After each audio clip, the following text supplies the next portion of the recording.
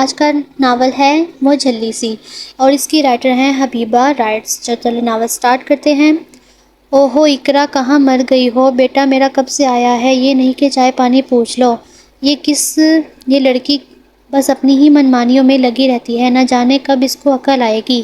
کتنی دفعہ سمجھایا ہے، ان حرکتوں کی وجہ سے شوہر کی نظروں میں قدر گھٹتی ہے، بڑھتی نہیں۔ پر مجال ہے اس لڑکی کو اپنے فیشنوں اور ڈراموں سے فرصت ملے۔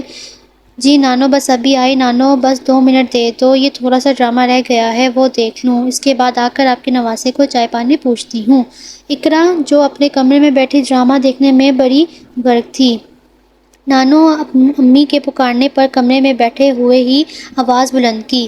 آپ رہنے دو نانو امی، مجھے ویسے بھی بہت بھوک نہیں ہے، ابھی میں پہلے تھوڑا سا فریش ہوں گا، پھر اس کے بعد کھانے کے بارے میں سوچوں گا۔ وہ اقرا کو پر رہی نانو امی کی صلاحیتوں سے بچانے کی غرض سے گویا ہوا تھا۔ مجھے پتا تھا تم ہمیشہ کی طرح اس لڑکی کی طرفداری کرتے رہو گے، پر میری ایک بات کان کھول کر سن لو، تم اس لڑکی کو شے دے کر غلط کر رہے ہو۔ اس لڑکی کو تمہاری دی ہوئی شے نے ہی سر پر چڑھا رکھا ہے۔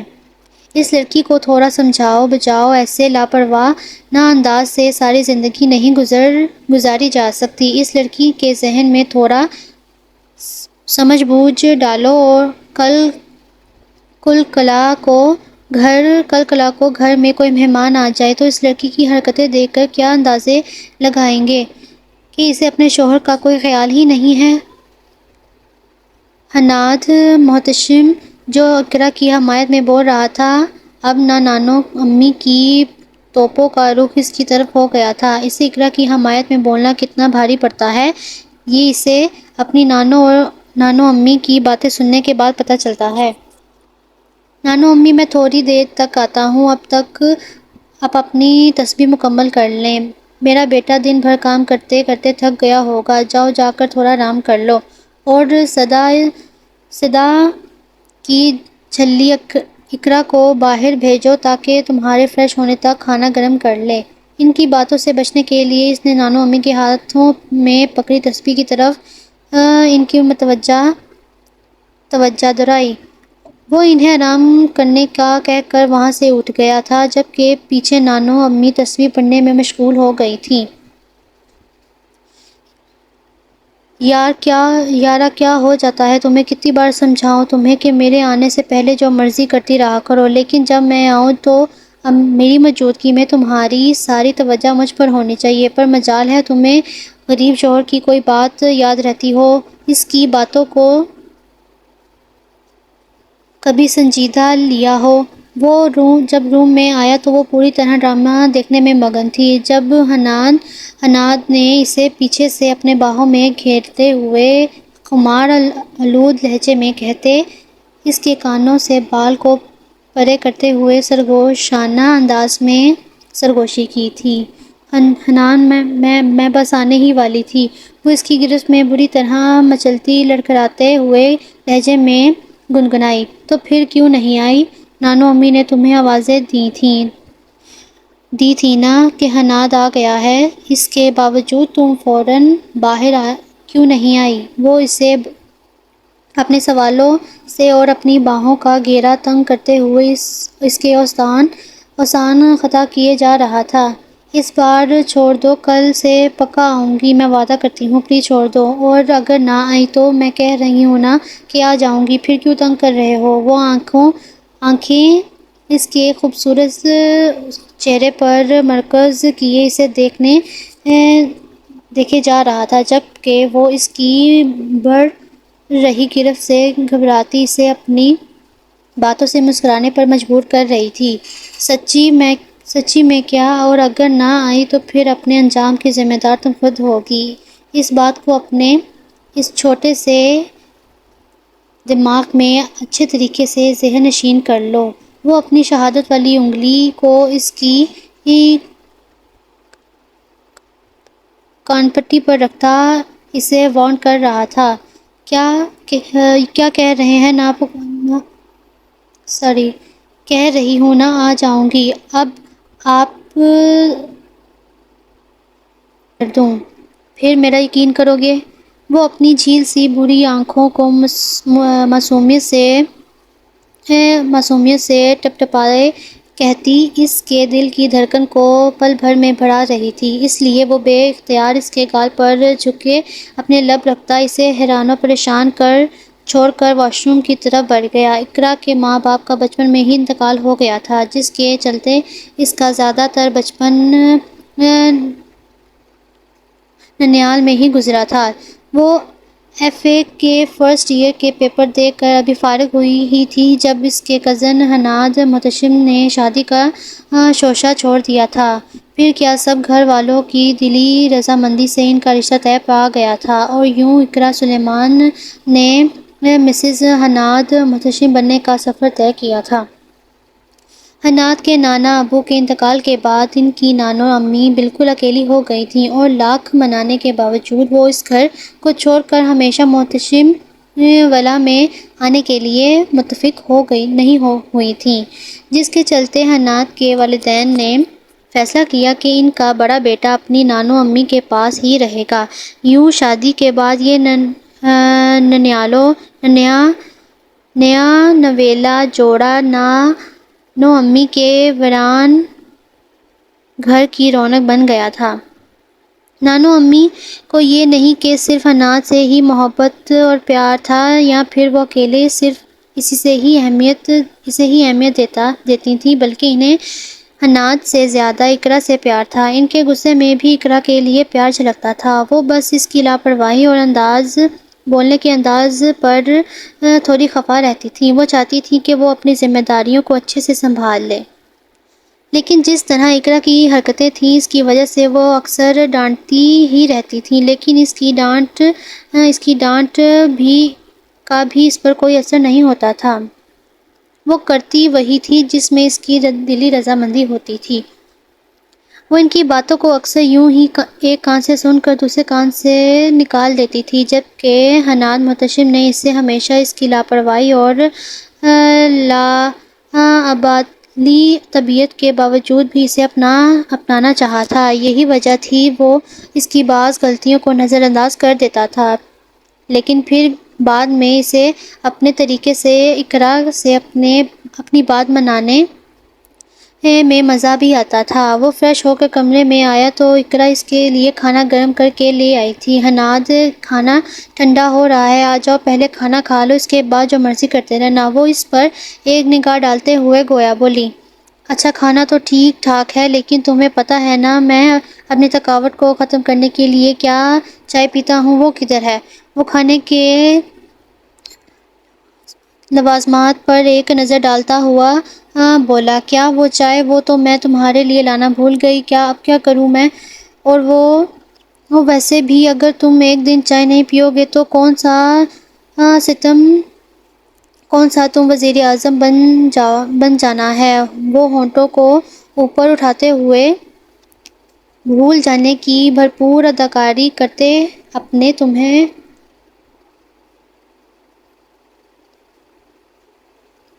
اداکاری دکھا رہی تھی۔ اور ریلی کیا تم سچ میں میرے لیے چائے لانا بھول گئی؟ جبکہ وہ اس کی باقی باتوں کو نظر انداز کرتا اپنے مطلب کی بات پر آیا تھا۔ سچی مچی میں چائے لے کر آنا بھول گئی تھی، وہ حناد کے پوچھنے پر بھی اپنی انگلی کے پوروں کو منہ میں چباتے ہوئے بولی، تمہاری اس معصومیت پر حناد محتشم دل و جان سے قربان جانا، لیکن اس چائے کی طرح آج تک کبھی تم نے کیوں نہیں میری پناہوں میں شرمانا، گھبرانا، بھولنا سیکھا؟ ویسے مجھے لگتا ہے کہ کیوں نہ آج رات میں تمہیں اپنی باہوں میں لے کر تمہاری اس بھول جانے والی عادت کو بھرپور طریقے سے ختم کر دوں، کیوں جانا؟ پھر کیا خیال ہے؟ وہ اس کے سراہے پر ایک بھرپور نگاہ ڈالے اسے سوالی نظروں سے دیکھتے ہوئے بھرپور لہجے میں بولا، میں تمہارے لیے چائے لے کر آتی ہوں۔ وہ اسے ایک بار پھر سے پٹری سے اترتے دیکھ جلدی سے اٹھ کر چائے لینے کے لیے گئی۔ جب حناد نے اس کا ہاتھ تھام کر اسے اپنے پاس بیٹھنے کے لیے کہا، اس نے اس پل کو کوسا تھا جب اس کے دماغ میں چائے نہ بنانے کا بے ہودہ خیال آیا تھا۔ وہ توہا کرتی اس کے پاس بیٹھ گئی، لیکن اس کی زیادہ تر سوچوں کا مرکز میمن ڈرامہ تھا جو گزرا جا رہا تھا۔ میں تم سے کچھ کہہ رہا ہوں، تم سن رہی ہو نا؟ وہ اس کے یوں گمسم بیٹھ جانے پر اس کے سامنے جھکتی چٹکی بجاتے ہوئے پوچھ رہا تھا۔ ہاں تو میں کیا کہہ رہا تھا، عید آنے والی ہے، کیوں نہ اس دفعہ ہم قربانی کے لیے جانور پہلے سے ہی خرید لیں؟ تمہارا کیا خیال ہے اس بارے میں؟ تم کیا کہتی ہو؟ وہ اسے عید کے بارے میں اطلاع دیتے ہوئے اس کی رائے جاننے کی کوشش کر رہا تھا۔ جی میں کیا کہوں، جانور وہ ہم بھلا کیوں خریدیں گے؟ میرا مطلب مما اور پاپا جی کی طرف سے ہمیں ہر بار اچھا خاصا گوشت مل تو جاتا ہے، پھر جانور خریدنے کی کیا ضرورت ہے؟ بلکہ وہ بھی ہماری ضرورت سے بڑھ کر ہوتا ہے، تو پھر جانور خریدنے کی کیا تک بنتی ہے؟ اس کے یوں بولنے پر حناد نے اسے گھور کر دیکھا تھا، جبکہ وہ اس کی گھوری کا مطلب سمجھتی ہی اسے اپنی بات کی وضاحت کرتے ہوئے جانور نہ لانے کے لیے اپنے طے صاف انکار کر رہی تھی۔ کہہ تو ٹھیک رہی ہو، لیکن مما پاپا ہر سال اپنی قربانی کرتے ہیں، وہ ہمارے ہاں ہر بار حصہ بیچ دیتے ہیں، لیکن یہ بھی تو سوچو، شادی کے بعد ہماری یہ پہلی عید ہے، تو تمہیں نہیں لگتا ہمیں اس بار اپنی الگ سے قربانی کرنی چاہیے؟ وہ اس کی باتوں کو سمجھتا اسے پیار سے سمجھا رہا تھا، کیونکہ اس جھلی کو یہ نہیں پتا تھا کہ قربانی کرنے کی یہ سعادت بھی کسی کسی کے نصیب میں آتی ہے، کیونکہ بعض لوگ تو اپنے محدود وسائل کی وجہ سے اس سعادت سے محروم رہ جاتے ہیں۔ ٹھیک ہے، لے آنا جانور، پر ابھی نہیں لانے، جب عید آنے کے 2 دن رہ جائیں گے تب لے آئیے گا۔ تو جبھی تو کہہ رہی ہو، وہ ناسمجھی سے اسے دیکھتے ہوئے اسے پوچھ رہا تھا۔ حنان میں اب یہ تو نہیں کہہ رہی کہ جانور نہ لے کر آؤ، میں تو بس یہ کہہ رہی ہوں کہ ہم قربانی عید پر ہی کرنی چاہیے، تو جانوروں کو 1 مہینہ پہلے لے کر آنے کی کیا ضرورت ہے؟ ہم عید سے 1-2 دن پہلے تو لے آ سکتے ہیں نا؟ اور میری ایکسٹرا انٹیلیجنٹ دماغ والی چھلی سی بیوی، تمہیں کیا پتا قربانی کے جانور کو عید سے پہلے لے کر آنا انہیں تو عید الاضحیٰ کا اصل حسن ہوتا ہے۔ اگر لوگ عید کے دن یا بعد میں خریدیں تو کیا قربانی کا وہ حسن بے قرار رہ جائے گا جس کے بل پر ہم اسی یادگار دن کو مناتے ہوئے قربانی کرتے ہیں؟ کوئی بات نہیں، تمہیں ابھی میری باتیں سمجھ نہیں آ رہی، لیکن بہت جلدی تمہیں وہ سب کچھ سمجھ آ جائے گا۔ میں کیوں پہلے قربانی کے جانور لے کر آنا چاہتا ہوں؟ بدلے میں اس نے ناسمجھی سے اس کی طرف دیکھا، جس وہ اپنے کھانے کی ٹرے کو سامنے پڑے میز پر رکھتا، اس سے گرمجوشی سے ہاتھ تھامتے ہوئے، نرم لہجے میں بات کرتے ہوئے اسے عید الاضحیٰ کی اہمیت کو سمجھا رہا تھا۔ فی الحال کے لیے اس جھلی کا ایکسٹرا انٹیلیجنٹ دماغ اس کی بات کے پیچھے چھپے مفہوم کو سمجھنے سے قاصر تھا، اس لیے وہ مزید اس سے بحث کا ارادہ ترک کرتی میز پر پڑے کھانے کے برتنوں کو اٹھا کر کچن کی طرف بڑھ گئی تھی، جبکہ حناد اس کے جانے کے بعد آرام کرنے کی غرض سے بیڈ پر نیم دراز ہو گیا تھا۔ تم ابھی تک جاگ رہے ہو؟ وہ کچن میں برتن کھانے کے بعد نانو امی کے پاس رک گئی تھی، جس کی وجہ سے اسے آنے میں تھوڑی سی دیر ہو گئی تھی۔ وہ اسے جاگتے دیکھ کر بیڈ پر بیٹھتے ہوئے نرم سے لہجے میں بولی، ہاں بس تمہاری ہی انتظار کر رہا تھا، تم آؤ تو میں اپنی میٹھی نیندیں پوری کروں۔ وہ اس کا ہاتھ تھامتے اپنی طرف کھینچتے ہوئے محبت بھری پاش نظروں سے اسے دیکھ رہا تھا۔ شب بخیر جانا۔ وہ اس کا سر اپنے سینے پر رکھتا اس کے سر پر محبت و عقیدت بھرا بوسہ دیتے ہوئے سونے کے لیے آنکھیں موند گیا تھا۔ اقرا بھی آنکھیں موندے اسے اس کے محبت بھرے لمس کی چاشنی کو محسوس کیے آنکھیں موند گئی تھی۔ اس کے بعد وہ دونوں گہری نیند میں اتر چکے تھے۔ اتنی صبح صبح خیریت، تیار ہو کر کہاں جا رہے ہو؟ کل رات کو بتایا تو تھا کہ قربانی کے لیے جانور لینے ہیں، تو بس وہی خریدنے لے جا رہا ہوں۔ وہ اسے اتنی صبح ڈریسنگ ٹیبل کے سامنے تیار ہوتے دیکھ کر اس کی تیاری کا سبب جاننے کی وجہ پوچھ رہی تھی، جبکہ وہ اپنے اوپر پرفیوم چھڑکتے اسے اپنے تیاری کا سبب بتاتے مصروفیت بھرے انداز میں گویا ہوا تھا۔ میں نے کل رات تمہیں کہا تھا کہ ابھی نہ لے کر آؤ، پھر بھی تم خریدنے جا رہے ہو۔ تمہیں پیسے ضائع کرنے کا شوق ہے کیا؟ وہ اسے قربانی کے جانور نہ لینے کے لیے راضی کر رہی تھی۔ بدلے میں حنان نے اسے تعصب سے دیکھا تھا، جو ابھی اس کے اتنا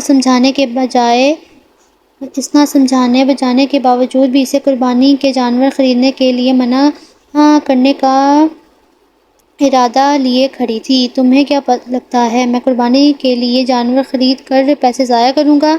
وہ اسے دیکھتا پوچھ رہا تھا۔ تو اور کیا کرنے جا رہے ہو؟ وہ بھی اسے دو بدو جواب دیتی اسے غصہ دلا رہی تھی۔ لسن، میری بات غور سے سنو۔ ایسا کچھ نہیں ہوتا جانا۔ قربانی کے لیے خریدے گئے جانور پر پیسہ خرچ کرنا پیسے کا ضائع نہیں ہوتا ہے، بلکہ یہ ہمارے لیے ایک نیکی کمانے کا ذریعہ ہوتا ہے۔ اقرا کا قربانی کے جانور خریدنے کے لیے مسلسل انکار نے اسے غصہ دلا دیا تھا، لیکن پھر بھی ایک پل کے لیے خود پر ضبط کرتا، ایک سرد آہ خارج کرتا، اسے قربانی کی اہمیت سے بتا رہا تھا۔ اور ویسے بھی ہمارے پیارے نبی کریم صلی اللہ علیہ وآلہ وسلم کا فرمان ہے کہ جو روپیہ عید کے دن قربانی میں خرچ کیا گیا ہو، اس سے زیادہ کوئی اور روپیہ پیارا نہیں۔ اب مان بھی جاؤ نہ جانا اور جانا، اب یہ خواہ کی ضد چھوڑ دو، کیونکہ جانور لے کر آنے دو۔ وہ اس کا چہرہ اپنے دونوں ہاتھوں کے پیالے میں تھامے اپنی پیشانی کو ٹکائے اسے قربانی کے جانور لے کر آنے پر منا رہا تھا۔ اچھا ٹھیک ہے، پھر تم کہہ رہے ہو تو ٹھیک ہی کہہ رہے ہوگے، پر اب مجھے یہ بتا دو کہ قربانی کے لیے کون سا جانور لے کر آؤ گے؟ وہ اس کے ہاتھوں کو پکڑتے اپنی رضامندی ظاہر کرتے اس سے پوچھ رہی تھی۔ ابھی پکا نہیں پتا، پر سوچ رہا ہوں قربانی کے لیے 2 بکرے لے آؤں۔ وہ اس کے رضامندی جان کر خوشی سے اسے بتا رہا تھا۔ ایک اور بات، میں قربانی کے کسی جانور کو ہاتھ نہیں لگاؤں گی، اور نہ ہی کوئی اس کے حوالے سے کوئی کام وام کروں گی، یہ تمہیں میں پہلے ہی بتا رہی ہوں۔ تو جانا، تم سے کام کروا کون رہا ہے؟ وہ اس کے ناک بو چڑھانے پر اسے لاڈ بھرے لہجے میں پوچھ رہا تھا۔ تم کام نہ کرواؤ، پر نانو امی تو ہیں نا، وہ مجھ سے سارے کام کروائیں گی، اس نے منہ بسوڑتے ہوئے کہا۔ کوئی نہیں، میں نانو امی سے بات کر لوں گا کہ میری بیوی سے آج کے بعد کام نہ کروایا کریں۔ میری جھلی جانا، اب تو خوش ہو نا؟ وہ منہ بسوڑے ہوئے گویا ہوئی تھی، جبکہ وہ اس کے منہ بسوڑنے پر ایک چھت پھاڑ قہقہہ لگاتے ہوئے اسے تسلی آمیز لہجے میں کہتے ہوئے اسے تسلی بخش جواب دیا تھا۔ تم میرا مذاق اڑا رہے ہو؟ وہ اس کے قہقہہ لگانے پر آنکھیں چھوٹی کیں وہ مصنوعی غصے سے دیکھتے ہوئے گھور کر پوچھ رہی تھی، میری ایسی مجال کہ میں اپنی جانا کا مذاق اڑاؤں؟ وہ اس کی گالیوں کو مصنوعی غصے سے ڈر جانے کی اداکاری کرتا گویا ہوا تھا، جبکہ وہ اس کے گال کھینچنے پر منہ بسوڑ کر رہ گئی تھی۔ ٹھیک ہے پھر، اللہ حافظ جانا، میں پھر رضا مارکیٹ کا چکر لگا کر آتا ہوں، تب تک تم میرے لیے اپنے پیار بھرے ہاتھوں سے ناشتہ بنانے کے لوازمات کی تیاری کرو۔ تم نے ابھی تو کہا تھا کہ میں کوئی کام نہیں کروں گی۔ وہ اپنی آنکھوں کو معصومیت سے ٹپٹپائے اسے اس کی گزشتہ کی گئی بات کو دہراتے ہوئے یاد دلانے لگی۔ یہ بات سچ ہے کہ میں نے تمہیں کہا تھا، لیکن بات قربانی کے جانور کے حوالے سے ہوئی تھی۔ لیکن فی الحال ابھی کے لیے تم میرے لیے ناشتہ پہلے سے تیار کرو۔ وہ اسے اس کے اپنی مطلب کی بات کرتے ہوئے دیکھ کر بے اختیار مسکرایا تھا اور مسکراتے ہوئے گویا ہوا تھا، پھر وہ اس کی بے داغ پیشانی کو عقیدت سے چومتے ہوئے اسے خدا حافظ کہتا چلا گیا، جبکہ وہ نانو امی کی پکار سنتی اس کی بات سننے کے لیے چلی گئی تھی۔ وہ مویشی منڈی میں داخل ہوا تھا تو منڈی میں ہر طرف گماگمی چھائی ہوئی تھی۔ چھوٹے بڑے حتیٰ کہ ہر قسم کے جانوروں نے بیوپاری اپنے مویشیوں کو عید قرباں کے لیے بیچنے کے لیے لے کر آئے ہوئے تھے۔ ان میں سے کچھ ایسے بھی تھے جنہوں نے پہلی دفعہ مویشی منڈی کا رخ کیا تھا اور جانوروں کے بھاؤ تاؤ کو لے کر ان میں سے بعض بیوپاریوں نے سے دام کرنے کے لیے پرزور اصرار کر رہے تھے، جبکہ ان میں سے کچھ تو محض اس منڈی میں مویشی کو دیکھنے کے لیے اس پر ہجوم مویشی منڈی کا حصہ بنے ہوئے تھے۔ ان میں سے کچھ تو اپنے جانوروں کو مہندی، مختلف رنگوں اور ہار، پھولوں وغیرہ سے سجایا ہوا تھا۔ وہ بھی یوں ہی گھوم پھر کر چاروں اطراف کا جائزہ لے رہا تھا، جب اچانک اس کی نظر بکروں کے ایک جوڑے پر پڑی۔ ان کا رنگ بھورا، جبکہ قد کاٹھ اور جسامت میں بڑے بڑے کافی تندرست دکھائی دے رہے تھے۔ حناد نے بھی باقی گاہکوں کی طرح ان کے مالک سے ان بکروں کے داموں کو لے کر بھاؤ تاؤ کے لیے مراحل کو طے کیا تھا اور پھر اس کو لے کر واپسی کے لیے گھر کی طرف چل پڑا۔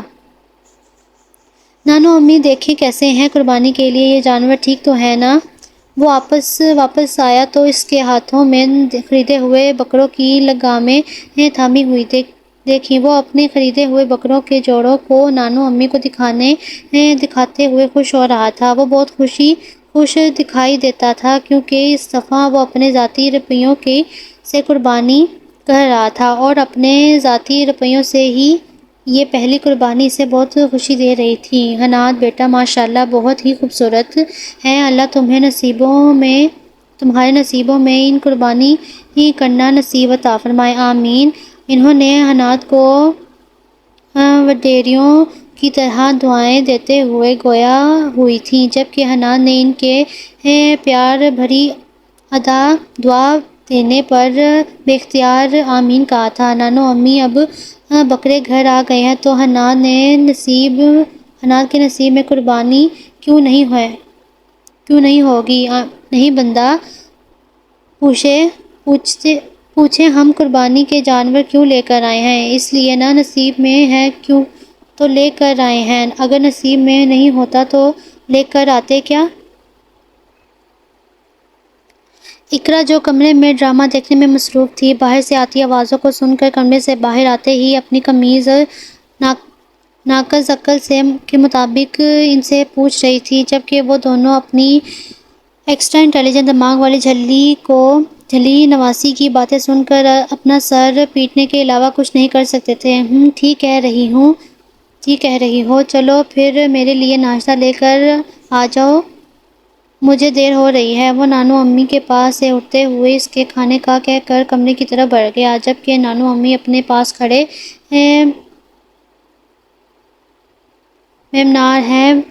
ممنار ہیں بکروں کو ان کی جگہ پر باندھنے کے ارادے سے اٹھ گئی تھیں۔ تم ایسے ہی آ گئی ہو، ناشتہ تیار نہیں کیا ہوا بھی؟ حناد نے اس سے اپنے پیچھے سے خالی ہاتھ آتے دیکھ کر پوچھا تھا۔ ایک منٹ ذرا، تم کہیں کھانا بنانا تو نہیں بھول گئی ہو نا؟ اگر بھول گئی ہو تو تمہیں ابھی اچھے طریقے سے یاد دلا دیتا ہوں۔ وہ اسے مسلسل خاموش دیکھ کر اس کی طرف بڑھتے ہوئے کہہ رہا تھا، کچھ یاد دلا رہا تھا۔ حناد میں کہہ رہی ہوں ابھی میرے پاس نہ آنا اور نہ ہی مجھے اپنے ان گندے ہاتھوں سے ہاتھ لگانا۔ حناد تمہیں کچھ سنائی دے رہا ہے؟ میں کیا کہہ رہی ہوں، پہلے اپنے ہاتھ دھو کر آؤ، میں نے کھانا بنایا ہے، میں ابھی لے کر آتی ہوں۔ وہ مسلسل اپنی طرف بڑھتا دیکھ کر پیچھے ہٹتے گھبراتے ہوئے اسے خود سے دور رہنے کا کہہ رہی تھی۔ اسے اپنے پاس نہ آنے دینے کی وجہ سے حناد کے ہاتھوں میں تھامی بکرے کی رسیاں اور اس کا بکروں کی پیٹھ پر پیار سے اپنے ہاتھ پھیرنا تھا، جس کے چلتے وہ اسے خود سے دور رہنے کا کہہ رہی تھی۔ اور وہ کمرے بھی اس لیے ہی آئی تھی کمرے میں بھی اس لیے ہی آئی تھی کہ وہ اسے کہہ سکے کہ وہ اپنے ہاتھوں کو اچھے سے دھو لے۔ یہاں اس کی نیت خراب ہوتے دیکھ کر بری طرح پھنس چکی تھی۔ کیوں نہ پاس وجہ خود سے دور رہنے کی۔ وہ اسے کمر سے کھینچتے ہوئے اپنے قریب کرتے ہوئے اس کے چہرے پر آئے بالوں کی آوارہ لٹوں کو پرے کرتے ہوئے پوچھ رہا تھا۔ اور ویسے بھی اب پاس تو آ ہی گیا ہوں، کیا کر لو گی اب؟ میں نہا لوں گی۔ اور وہ اسے دو بدو جواب دیتے ہوئے کہہ رہی تھی، نہا کر تو دکھاؤ، میرے لمس کو مٹا کر تو دکھاؤ، پھر تمہیں بتاتا ہوں حنات سے پنگا لینا تمہیں کتنا مہنگا پڑتا ہے۔ وہ اس کی تھوڑی پر اپنے لب رکھتے ہوئے گویا ہوا تھا، تم مجھے اب دھمکیاں دو گے کیا؟ وہ اپنی آنکھوں کو حیرت سے پھیلائے پوچھ رہی تھی۔ نہیں، میں تمہیں بھلا دھمکیاں کیوں دوں گا، میں تو محض تمہیں بس سمجھا رہا ہوں۔ وہ پھر اس کی پیشانی پر اپنے لب رکھتے ہوئے مدھم لہجے میں کہتے گویا ہوا تھا، جاؤ اب ایسے ہی لے کر آؤ، ٹھیک ہے؟ اب تم بھی اب ہاتھ نہ دھونا، ایسے ہی ناشتہ کرنا، یہ تو میری مرضی ہے، میں جیسے مرضی کھاؤں، تو پھر مجھ پر پابندیاں عائد کیوں کرتے ہو؟ وہ اسے چھوڑتے ہوئے اسے کھانا لانے کے لیے کہہ کر واش روم کی طرف بڑھ گیا تھا، جبکہ اقرا نے اسے واش روم کی طرف جاتے دیکھ کر اس نے پیچھے سے اسے ہانک لگاتے ہوئے کہا تھا، میرا خاوند خدا گواہ ہے کہ میں نے آج تک کبھی بھی تم پر کوئی پابندیاں عائد نہیں کیں۔ جھوٹے یہ کیا تھا؟ پھر مجھے نہانے کیوں نہیں دے رہے؟ یہ تو میرا اپنی جانا کے لیے پیار ہے، ورنہ باخدا میری ایسی مجال کہ میں اپنی جانا پر بے وجہ پابندیاں لگاؤں۔ اوہو، یہ تمہارا پیار ہے، تو بس پھر تمہارے ایسے پیار سے خدا مجھے پناہ دے۔ وہ بغیر مڑے اسے کہتا واش روم میں گھس گیا تھا، جبکہ وہ اسی کے کہے جملے منہ بڑبڑاتی ہوئی کمرے سے چلی گئی۔ دن ایسے ہی ان کی کھٹی میٹھی نوک جھونک سے تیزی سے گزر رہے تھے۔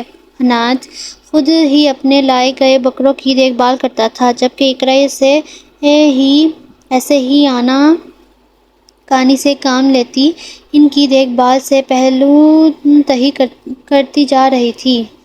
اگر اقرا کو ان کے حوالے سے کچھ کرنا بھی پڑتا تو وہ بھی اس کی غیر موجودگی میں نانو امی کے بار بار کہنے پر بامشکل کرتی تھی۔ سنو جانا،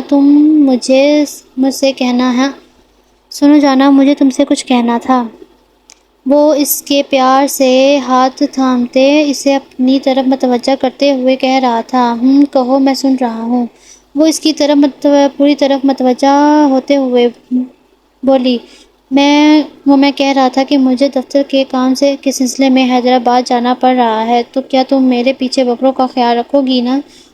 وہ اسے اپنا مسئلہ بتاتا ہوا اسے آس بھری نظروں سے دیکھ رہا تھا۔ اب اسے اس کے جواب کا انتظار تھا، کیونکہ وہ جس دن سے ان بکروں کو لے کر آیا تھا اس نے اقرا سے ان کے حوالے سے کوئی کام نہیں دیا تھا، جس کی وجہ سے وہ اس کے ہچکچاتے ہوئے پوچھ رہا تھا، دیکھو 12 دن گزر گئے ہیں، جن میں صرف 20 دن رہ گئے ہیں، تو میں چاہتا ہوں کہ میرے آنے تک تم ان کی دیکھ بھال کرو۔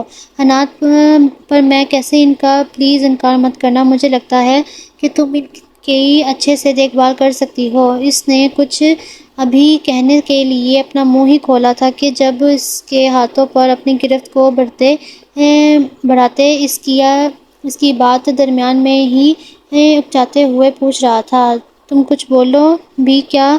تم میرے لیے اتنا بھی نہیں کرو گی؟ وہ اس کی توجہ ایک دفعہ پھر کہیں اور مرکوز پا کر اس کا چہرہ اپنے ہاتھوں کے پیالوں میں بھرے پوچھ رہا تھا، یوں جیسے اس کی نظروں میں اپنی اہمیت کو جاننے کی کوشش کر رہا ہو۔ اور اگر میں ان بکروں کا خیال رکھنے سے منع کر دوں تو میں ان بکروں کو اتنے دنوں کے لیے اپنے ایک دوست کے ہاں چھوڑ دوں گا، لیکن پھر بھی میں چاہتا ہوں کہ تم خیال رکھو، کیونکہ جو ان کا خیال اور دیکھ بھال اس گھر میں کر سکتا ہے وہ باہر کوئی بھلا کر سکتا ہے کیا؟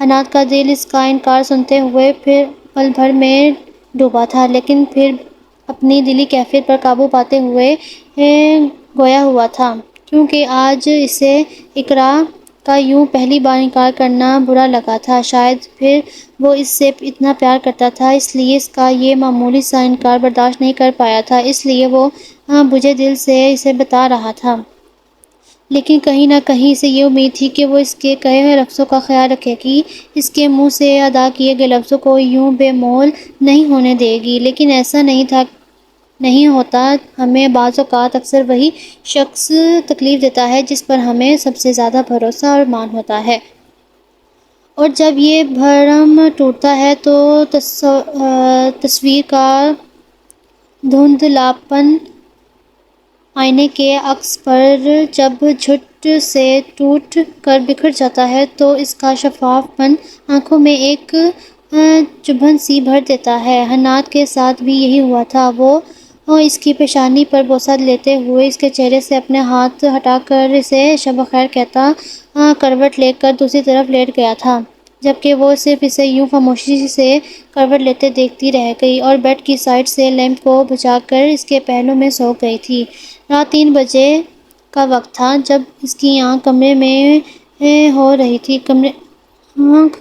ہو رہی کھٹ پر سے ہوتی آوازوں سے کھلی تھی۔ اس نے اٹھ کر دیکھا تو حنات اپنی تیاری کا مکمل جائزہ لیتے جانے کی تیاری کر رہا تھا۔ حنات، اتنی رات گئے کہاں جا رہے ہو؟ وہ اپنی آنکھوں کو ملتے ناسمجھی سے اسے پوچھ رہی تھی۔ بتایا تو تھا تمہیں کہ جانا، تمہاری آنکھوں کو کیا ہوا ہے؟ یہ تمہاری آنکھیں اتنی سرخ و سوجی ہوئی کیوں ہیں؟ وہ اسے اپنی تیاریاں کا سبب بتا رہا تھا جب حنات کی نظر اس کی آنکھوں پر پڑی تھی۔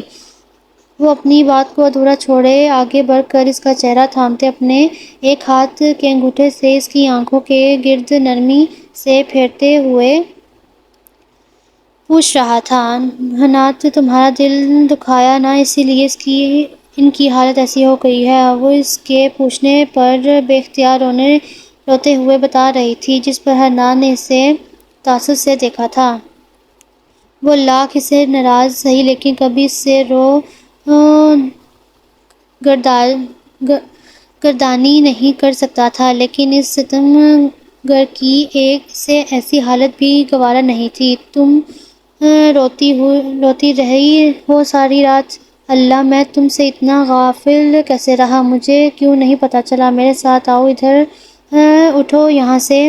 حنات، مجھے معاف کر دو، میں نے تمہارا دل دکھایا ہے، میں نے تو بس مذاق میں تمہیں منع کیا تھا۔ میں بکروں کا پورا خیال رکھوں گی، چاہے مجھ سے قسم لے لو، پلیز اسے میری پہلی اور آخری غلطی سمجھ کر معاف کر دو۔ اور اس کے اٹھانے پر بے اختیار اس کے سینے سے لگتے ہچکیوں سے روتے ہوئے اپنے گزشتہ رویے کی وجہ سے معافی مانگ رہی تھی۔ جانا، اب بس بھی کرو، اور ان پر اتنا ظلم ڈھانا ہے کیونکہ میرا جانا مشکل بنا رہی ہو؟ وہ اس کے یوں رونے پر اسے تسلی آمیز لہجے کہتے ہوئے گویا ہوا تھا۔ حنات نے کچن میں لے جا کر ٹھنڈا پانی سے اس کا منہ پر چھینٹے مارے تھیں، اور پھر اسے میڈیسن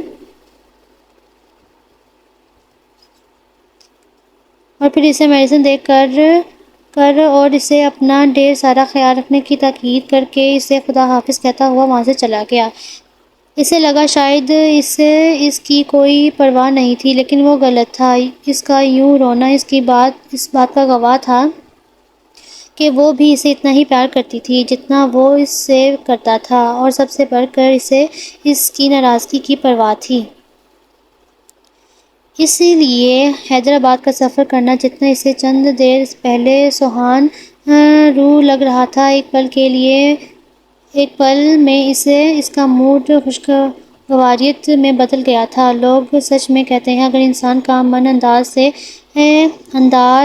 سے اداس ہو تو اسے اپنے ارد گرد کا ہر منظر اپنی طرح اداس اور بوجھل دکھائی دیتا ہے، اور جب اسی انسان کا من اندر سے خوش ہو تو پھر اسے اپنے ارد گرد کا منظر بھی رنگین اور خوشگوار دکھائی دینے لگتا ہے۔ وہ حنات کے جانے کے بعد پوری ایمانداری سے اس کے پیچھے سے ان بکروں کا خیال رکھ رہی تھی۔ وہ نانو امی کے کہنے پر ان کو دیسی گھی میں ڈوبی ہوئی روٹیاں پکا کر کھلاتی تھی۔ شروع میں وہ ان کے منانے پر یا ان کے سینگ دکھانے پر ان کے آگے چارہ اور روٹی پھینک کر بھاگ جاتی تھی، لیکن پھر گزرتے دنوں کے ساتھ ساتھ وہ آہستہ آہستہ ان سے مانوس ہو گئی تھی۔ وہ ان کی پیٹھ پر ہاتھ پھیرتے ہوئے انہیں حنان کی طرح پیار دے رہی تھی۔ یہ 19 دن کیسے گزرے اسے پتہ ہی نہیں چلا، اور اسے وہ دن بھی یاد آ گیا تھا جب حنان پہلی بار ان کو لے کر آیا تھا، اور حنان کے ان کو ہاتھ لگانے پر وہ اس پر خاصی خفا ہو گئی تھی۔ وہ اس دن کو یاد کرتے ہوئے اس دن کی جانے والی یا نادان حرکتوں پر بے اختیار مسکرا دیتی تھی۔ اقرا بیٹا کہاں ہو؟ ذرا ادھر آ کر میری بات سننا۔ اس کی سوچوں کا تسلسل نانو امی نے توڑا تھا۔ آئی نانو امی، اس نے وہیں کھڑے ہانک کر کہا تھا۔ جی نانو امی، کچھ کام تھا کیا؟ وہ حنان کی کال آئی تھی، لو بات کرو اس سے۔ نانو امی اسے فون کال کی اطلاع دیتے ہوئے موبائل اس کی طرف بڑھاتے ہوئے کہا، السلام علیکم، کیسی ہو؟ فون اسپیکر پر حنان کی آواز سنتے اس کے دل نے ایک ہارٹ بیٹ مس کی تھی۔ دل بے اختیار 180 کی سپیڈ سے ڈھول کی طرح دھڑک رہا تھا۔ وعلیکم السلام، الحمدللہ میں ٹھیک ہوں، تم سناؤ؟ تمہارے بنا میرا حال چال کیسے ٹھیک ہو سکتا ہے؟ کب آ رہے ہو؟ وہ نانو امی کی موجودگی کا خیال کرتے ہوئے خود کو جتنا نارمل ظاہر کرنے کی کوشش کر رہی تھی، حنان اتنا ہی اپنی باتوں سے اس کا حال بحال کر رہا تھا۔ جب وہ بات بدلتے ہوئے حنان سے اس کی واپسی کے بارے میں دریافت کرنے لگی تھی۔ بہت جلد واپس آ رہا ہوں، کب آؤ گے؟ اتنے دن تو گزر گئے ہیں، مجھے صرف چند دنوں کا کہہ کر گئے تھے، اور اب دیکھ لو 19 دن گزر گئے ہیں، 19واں دن ہے اور ابھی تک واپس نہیں آئے۔ تب اس کے جب عید گزر جائے گی میں جلدی ہی آنے کی کوشش کروں گا، شاید آج شام تک آ جاؤں، پھر ہم اکٹھے مل کر چاند رات کے اس حسن کو دوبالا کریں گے۔ وہ اس کے لہجے میں گھلی اداسیوں کو محسوس کرتا اسے ایمانداری سے جواب دے رہا تھا، پکا نا آج وقت پر پہنچ جاؤ گے؟ تم کوئی بہانہ بازی تو نہیں کرو گے جو مسلسل 19 دنوں سے کہہ رہے ہو؟ ہاں جانا، پکا آ جاؤں گا، اور اس دفعہ کوئی بہانہ بازی نہیں کروں گا، اور اگر کی تو سزا دو گی غلام کو منظور ہے۔ وہ جلدی آ جاتا، لیکن وہ جس کام کے سلسلے میں گیا تھا وہ ہو ہی نہیں پا رہا تھا، جس کی وجہ سے وہ اسے کچھ کل تو کبھی پرسوں آنے کا کہتا تھا، لیکن اب جب کہ اس کا کام مکمل ہو گیا تھا تو اس کا وہاں حیدرآباد میں ٹھہرنے کا کوئی جواز نہیں بنتا تھا، اس لیے وہ اس سے بات کرتا اور اسے اپنے آنے کی مکمل یقین دہانی کروا رہا تھا۔ اس کے بعد وہ اسے چند اور باتیں کرنے کے بعد نانو امی کے پاس پڑے لہسن کو چھیلنے کی مدد کرنے لگی، کیونکہ نانو امی نے اسے سختی سے آرڈر دیا تھا کہ آج کے دن ہی وہ عید کے حوالے سے جو کام رہتے ہیں ان کو مکمل کر لے، اور اس لیے وہ دونوں نانو نواسی عید قرباں کے گوشت میں ڈالنے والے مسالے جات ابھی سے تیار ہی کرنا شروع ہو گئی تھی۔ السلام علیکم نانو امی، کیسی ہیں آپ؟ تقریباً 7:30 کا وقت تھا جب وہ پانی کار پورچ میں کھڑی کرتا لاؤنج میں بیٹھی نانو امی کے گلے ملتے ہوئے ان کی خیریت معلوم کی تھی۔ وعلیکم السلام بیٹا، میں ٹھیک الحمدللہ، تم سناؤ کیسے ہو؟ نانو امی الحمدللہ میں بالکل ٹھیک ہوں، لیکن مجھے تو کہیں سے ٹھیک نہیں لگ رہے، حیدرآباد میں رہ کر کتنے دبلے پتلے ہو گئے ہو، ادھر تمہیں کھانے کو نہیں ملتا تھا کیا؟ نانو امی ایسی بات نہیں ہے، میں بالکل ٹھیک ہوں، بس ہوٹل کے مسالے بھرے کھانے سے میرا معدہ کچھ خراب ہو گیا تھا، لیکن پھر بعد میں میڈیسن لینے کے بعد ٹھیک ہو گیا تھا۔ اگر اقرا اپنے کمرے میں ہے ابھی کیا؟ تمہیں تو پتہ ہے نا اس کا اس وقت ڈرامہ لگتا ہے، بس وہ وہی دیکھنے میں مصروف ہے، اس نے متلاشی نظروں سے ادھر ادھر دیکھتے ہوئے پوچھا، جبکہ وہ اپنے نواسے کی متلاشی نظروں میں چھپے مفہوم کو سمجھتی اسے اطلاع دے رہی تھی۔ وہ ان سے بعد میں آنے کا کہہ کر اپنے کمرے کی طرف بڑھ گیا۔ جو بوجھے وہی جانے کون ہوں میں، وہ اس کے پیچھے اس کی آنکھوں پر اپنے ہاتھ رکھتی ہوئی پوچھ رہی تھی، جبکہ وہ اس کے انداز پر مسکرایا تھا۔ اسے لگا تھا کہ وہ ڈرامہ دیکھنے میں پوری مگن ہوگی، وہ اسے پیچھے سے ڈرائے گا، لیکن آج اس نے اسے سرپرائز کر دیا تھا۔ میری جانا کے علاوہ کون ہو سکتا ہے؟ وہ اس کے ہاتھوں کو اپنی آنکھوں سے ہٹاتے ہوئے ان پر لب رکھتے ہوئے بولا، تمہیں کیسے پتہ چلا کہ میں ہی ہوں؟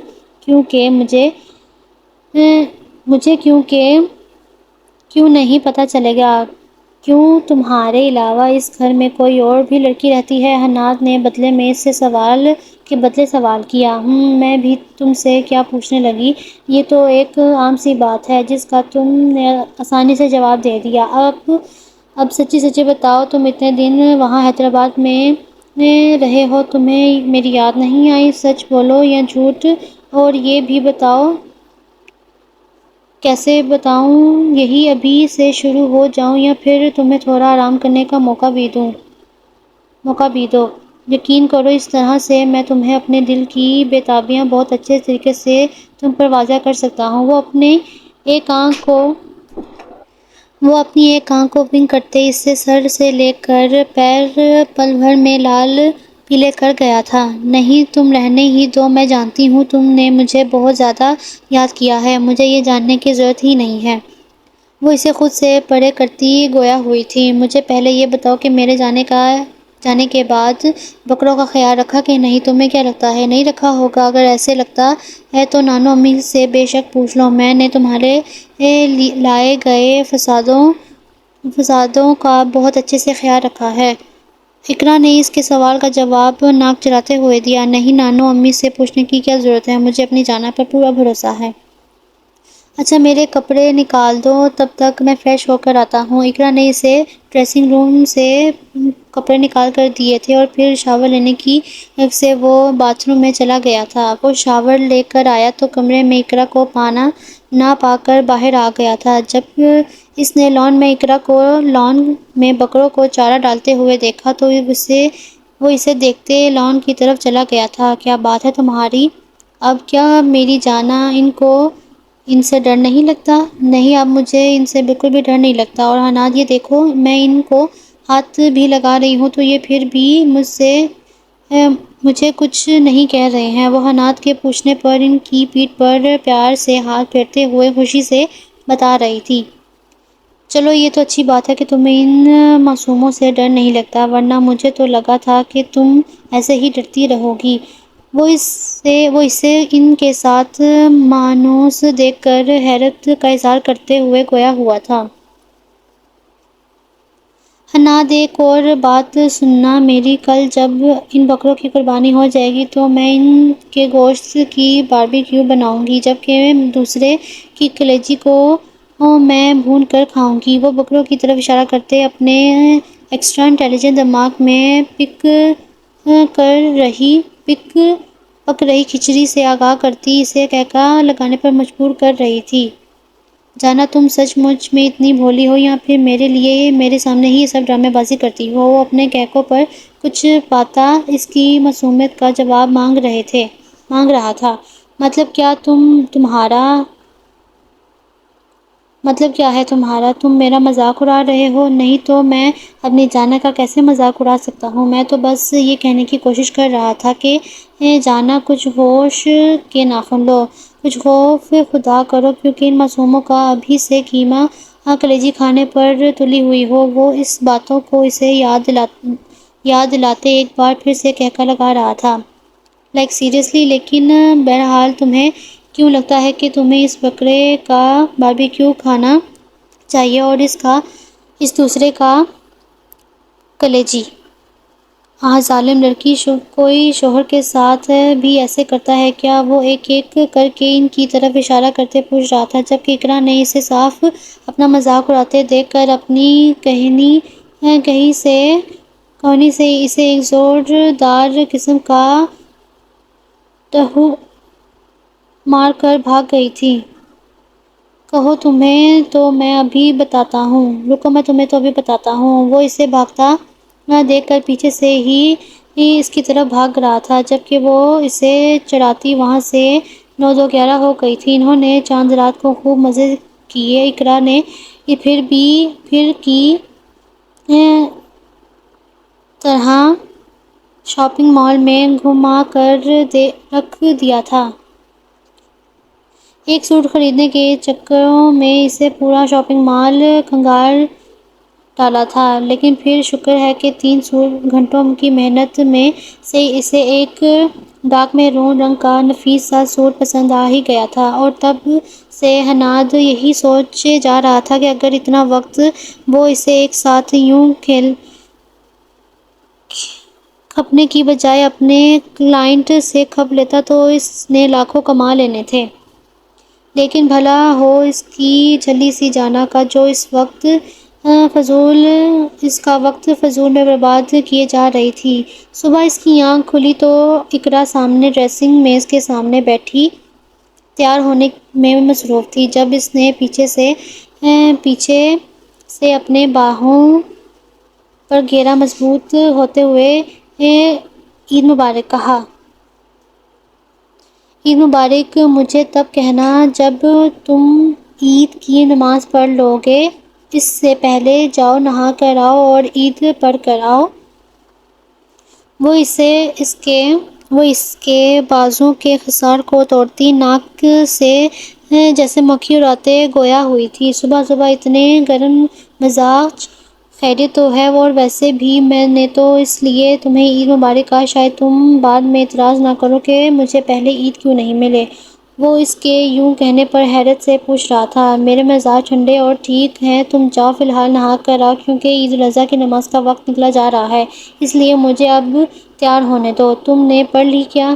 ہاں میں نے نانو امی کے ساتھ پڑھ لی ہے، وہ اس کے پوچھنے پر اسے اطلاع دیتے ہوئے بولی۔ ٹھیک ہے، ہو جاؤں گا تیار، پر یہ تو بتاؤ کہ میرے کپڑے کدھر ہیں؟ میں نے استری کروا کر باتھ روم میں ہی لٹکا دیے ہیں جناب، بس تم جلدی سے بات لے کر تیار ہو جاؤ۔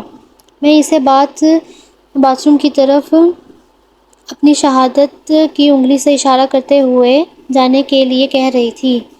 وہ جب بات لے کر باہر آیا تو وہ اسی کے انتظار میں کھڑی ہوئی تھی، پھر جلدی سے اس کی تیاری کرنے میں مدد کرنے لگی۔ وہ پھر اپنی تیاری مکمل کرنے کے بعد اسے خدا حافظ کہتا مسجد میں عید الاضحیٰ کی نماز پڑھنے کے لیے چلا گیا تھا، جبکہ وہ اسے پیچھے سے کمرے میں بکھرے پھیلاؤ کو سمیٹنے میں لگ گئی تھی۔ بڑی عید کی خوشیاں، بہت بہت مبارک ہو نانو امی۔ وہ نماز پڑھ کر آیا تو اس نے پہلے سے اپنی نانو امی سے مل کر انہیں عید الاضحیٰ کی مبارکباد دی تھی۔ جبکہ وہ ان سے ملنے کے بعد کچن میں آیا تو وہ خاص عید کے لیے کھیر بنا رہی تھی۔ بڑی عید کی خوشیاں، بہت مبارک ہو جانا۔ جب حناد نے اس کا رخ اپنی طرف کرتے اس کے گلے ملتے اسے عید الاضحیٰ کی مبارکباد دی تھی اور اس سے الگ ہوتے ہوئے اس کی بے داغ پیشانی پر اپنے لب رکھتے ہوئے اپنا لمس چھوڑا تھا، تمہیں بھی عید الاضحیٰ کی بڑی بڑی خوشیاں مبارک ہوں۔ وہ بدلے میں ایڈیو کے بل کھڑے ہوتے ہوئے اس کے پیشانی پر اپنے لب رکھتے ہوئے گویا ہوئی تھی۔ شکریہ جانا، اتنی پیاری عیدی ملنے کے لیے۔ وہ اس کے یوں اپنی پیشانی پر لب رکھنے پر اس کی کمر کو تھام کر پیچھے سے سہارا دیتے ہوئے گویا ہوا تھا۔ جانا تمہاری اب کتنی دیر ہے؟ یہ کھیر کی کڑاہی تو بعد میں بھی پکتی رہے گی، تم بس جلدی اب باہر آ جاؤ۔ تم جاؤ، میں بس تمہارے پیچھے آتی ہوں۔ ٹھیک ہے جانا، جلدی سے باہر آ جانا۔ میں قصاب اور مولوی صاحب کو باہر وہیں لان میں ہی بٹھا آیا تھا، انہوں نے کہیں اور بھی جانا ہوگا، اس لیے جلدی آ جانا۔ اور وہ اسے جلدی سے آنے کی تاکید کرتا کچن سے باہر چلا گیا تھا۔ وہ اس کے جانے کے بعد چولہے کی آنچ کو بجھاتے ہوئے اس کے پیچھے لان کی طرف آ گئی تھی۔ جانا ادھر آؤ، یہ والے بکرے کی قربانی ہم نانو امی کے نام کی کریں گے، جبکہ اس والے کی تمہارے اور تمہارے نام سے قربان کریں گے۔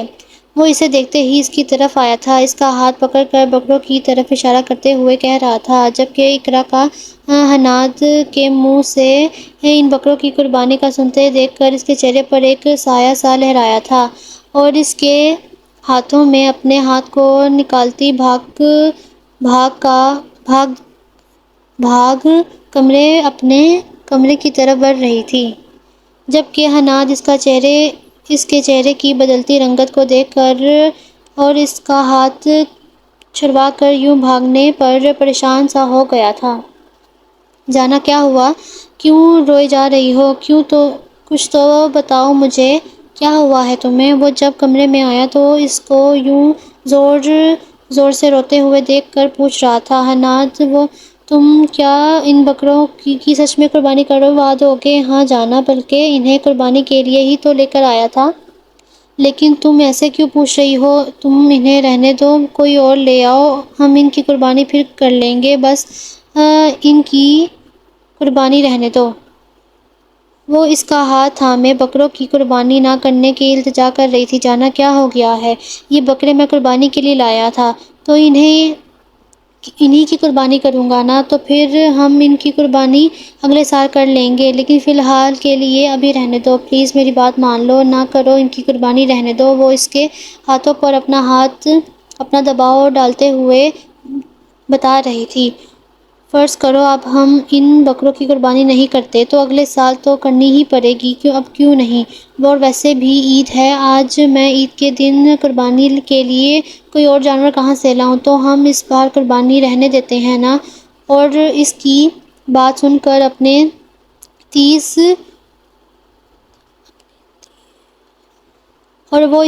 سن کر اسے بکروں کی قربانی نہ کرنے کا حل بتا رہی تھی۔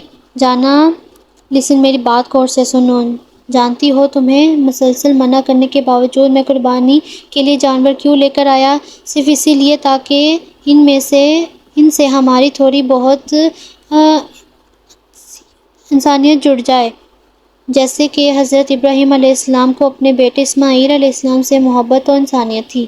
میں مانتا ہوں کہ جتنی انہیں اپنے پیارے بیٹے سے محبت و انسانیت تھی، اتنی شاید ہمیں ان قربانی کے جانور سے نہ ہو، لیکن پھر بھی میں اپنی طرف سے قربانی کے جانور پہلے لا کر اصل میں اسی سنت کو تازہ کرنا چاہتا تھا، دل سے محسوس کرنا چاہتا تھا کہ جب حضرت ابراہیم علیہ السلام نے اپنے رب کے حکم سے اپنے پیارے بیٹے کی قربانی کا حکم دیا ہوگا تو ان کے دل پر کیا بیتی ہوگی، اور انہوں نے اس وقت کس صبر و تحمل اور بردباری سے کام لیا ہوگا، اور وہ کیسے پل بھر میں اپنے لخت جگر کی قربانی کے لیے بخوشی تیار ہو گئے تھے۔ ان کے اس عمل نے اپنے رب کو کس طرح خوش کر دیا تھا، اور وہ اپنے رب کی بارگاہ الہی میں کس طرح سرخرو ہو گئے تھے۔ وہ صرف حضرت ابراہیم علیہ السلام کا تقویٰ تھا جو انہیں اپنے رب کی بارگاہ میں کامیاب و کامران اور سرخرو ٹھہرا گیا تھا۔ قرآن مجید میں بھی قربانی کے حوالے سے لے کر ارشاد باری تعالیٰ ہے کہ اللہ تعالیٰ کو نہ تو قربانی گوشت پہنچتا ہے اور نہ خون، بلکہ اسے تمہارا توقع پہنچتا ہے۔ تو جانا حضرت ابراہیم علیہ السلام توقع اختیار کرتے ہوئے پھر بھی خوشی اپنے رب کی رضا کے لیے راضی ہو گئے تھے، تو کیا تم اپنے رب کی راضی کے لیے، اپنے رب کی خوشنودی کے لیے اس کی راہ میں ان بکروں کی قربانی نہیں کر سکتی؟ وہ اس کے ہاتھوں سے اپنے ہاتھوں کو نکالتے ہوئے، اس کا چہرہ اپنے ہاتھوں کے پیالوں میں بناتے ہوئے، اس کی دماغی حالت کو سمجھتے ہوئے اسے عید الاضحیٰ کے پیچھے چھپے قربانی کے مفہوم کو سمجھا رہا تھا۔ میں قربانی کروں گی، کیوں نہیں کروں گی، میں اپنے رب کی رضا کے لیے قربانی ضرور کروں گی۔ یہ بات سچ تھی کہ ان بکروں کا خیال رکھتے ہوئے کب اسے ان سے محبت ہو گئی تھی، اسے خود ہی پتہ نہیں چلا تھا، لیکن اسی لیے اقرا نے اس کی باتوں کے پیچھے مفہوم کو اچھے طریقے سے سمجھتے ہوئے خوشی ان بکروں کی قربانی کرنے کے لیے حامی بھر لی تھی۔ میری جھلی سی جانا کو آئی لو یو تو 3-4 بار حناد نے اسے قربانی کے لیے خوشی حامی بھرتے دیکھتے ہوئے خوشگوار لہجے میں اسے شرارت بھرے انداز میں محبت کا اظہار کیا۔ پھر وہ دونوں خوشی ان بکروں کی قربانی کرنے کے لیے لان کی طرف بڑھ گئے تھے۔ اس سال صحیح معنوں میں اسے قربانی کے اصل معنی مفہوم پتہ چلا تھا، اور یہ سب اسے حناد متشم کی مرہون منت سے ہوا سمجھ میں آیا تھا کہ کیسے حنان نے اس کے بند سوچوں کے درجوں سے اور یہ سب اسے حنان کی مرہون منت سے ہوا تھا، اور کیسے حنان نے اس کے بند سوچوں کو ایک نیا دروازہ دکھایا تھا۔ وہ دل ہی دل میں خدا کا شکر ادا کر رہی تھی جس نے اسے اتنا پیار کرنے اور چاہنے والا شوہر اس کے نصیب میں لکھ دیا تھا، جو اس جیسی جھلی سے اس کی بے شمار نادانیوں کے باعث محبت اور پیار کرتا تھا، اور اس کی غلطیوں پر اس کو شرمندہ یا باتیں کرنے کی بجائے اسے پیار سے سمجھاتا تھا۔ اس نے یہ سوچتے ہوئے حنان کی طرف مسکرا کر دیکھا تھا، اس کی سنگت میں یوں ہی ساری عمر گزارنے کی ایک بار پھر سے شدت سے دعا مانگی تھی۔ ختم۔ تو آج کا ناول آپ کو کیسا لگا مجھے کمنٹ کر کے ضرور بتائیے گا، اور میں معذرت چاہتی ہوں، میں جانتی ہوں اس میں میری بہت ساری غلطیاں ہوئی ہیں، لیکن اگر آپ کو میری وجہ سے کوئی مسئلہ ہوا ہو تو مجھے معاف کریے گا۔